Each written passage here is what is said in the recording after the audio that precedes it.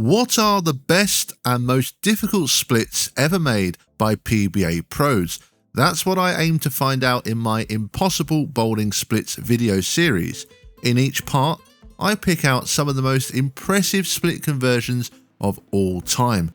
Many of these were crucial pickups in the context of the match and played a big part in that player having a good run in the tournament or advancing on the TV show. Being a great spare shooter is vital at that sort of level, but what really separates the good from the great is the ability to make difficult splits in crucial situations, and we will have some very good examples of this happening later in this video.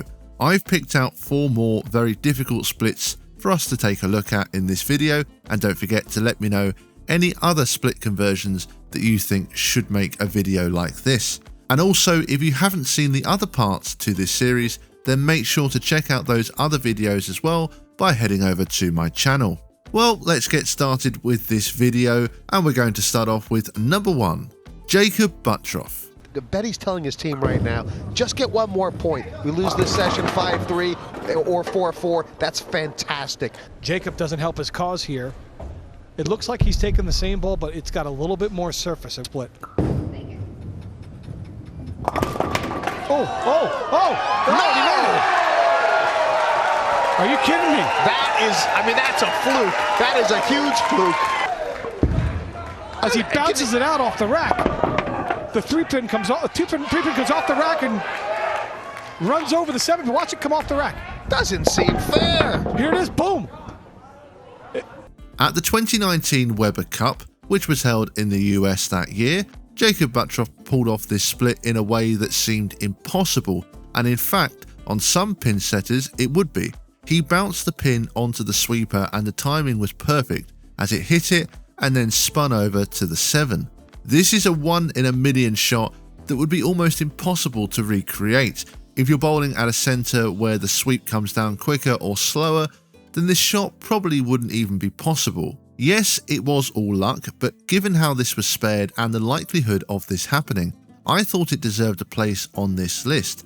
This happened early on in that year's Weber Cup when Team USA were up 4-2, and this was frame 1 of the singles match against Stu Williams.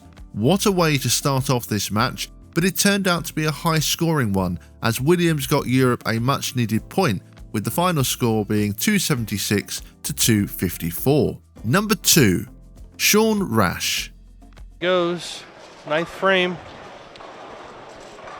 Didn't like it. No, that wasn't good. That wasn't good. No, because you know what? It's part of our deal is to deal with them. Oh, made the spare. Awesome. Awesome shot. Way to go. Hey, that still gives him a chance. In the 8th, spare up in the 9th, shooting the 10th. All positive thoughts in his head right this second. All positive thoughts. What Great a shot. Great shot. Now we have Sean Rash converting what is statistically the hardest split to make, the Greek church, and the circumstances around this made it even more impressive.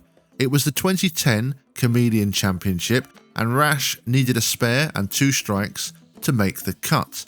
It was a disaster as he left the Greek church, and it was essentially a must-make. He managed to spare it and then went on to bowl the 2 strikes he needed to keep himself alive in the tournament. He actually went on to finish up as the runner-up in this tournament, and it's a great insight into how he got there and how important every single shot is. It was a really clutch shot, and what a time to make the Greek church. It just goes to show how good the very best in the game are at making these type of shots in the most extreme pressurized situations. Number 3, Anthony Neuer. Right after this shot. Again, you can see that ball breaking loose early. 7-10, come on, man. Right through the face, leaving the 7-10. The 7-10 only been made on television 3 times in the history of professional bowling. Come on, kid, do it. Oh, he did it! He did it! He got the 7-10, Randy! Oh, he did it! Woo-hoo! Spare the game. Brought to you by Guaranteed Rate. If you believe it, you can do it. Guaranteed Rate. Believe the 7-10. Oh, man. Anthony Neuer was just 18 when he made the 2021 US Open telecast. He won his first match comfortably against Christian Ascona, but the next match, it wasn't the best for him though, as Jakob Butturff was on fire and he took a very commanding lead earlier on. There was not much that Neuer could do here. He didn't really have any chance at getting back into the match, although the shot we are about to look at is when of course he made the 7-10 on TV. The last person to do this was Jess Stayrook in 1991, and it's incredible that it took 30 years to see it made on TV once again. Nobody was expecting it, a few have come very close to making it in recent years, but Anthony Neuer, an 18-year-old, would be the fourth person to do it and the third left-hander. Number 4, Chris Vi.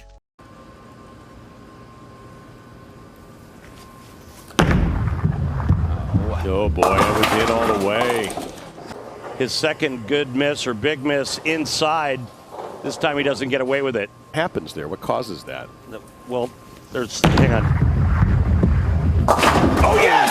That's why. Pilgrims is turning chicken nuggets upside down like this match was just turned upside down. I love it. You love it. Put it in a nugget. To the right. Looks pretty good. No, it got in. It got in. And it's going to be the first point to Jesper Svensson. This one came at the 2025 PBA playoffs in the semi-final. Chris Vi was playing Jesper Svensson and this was game 1. It was in the 8th frame that Vi nearly left a big 4 but had the 4-7-10 to deal with. He managed to pick it up and this was a very impressive spare, and it meant that he was only 2 pins behind still. Vi had a chance to win it in the 10th, but left another split, the 3-4-7-10, to hand Jesper that game. Jesper would comfortably win game 2 to advance to the finals and would end up winning the entire event. The 4-7-10 split, I'd say, was one of the big highlights of the match, and it did keep him right in the match, just unfortunately he couldn't get it done in the 10th frame.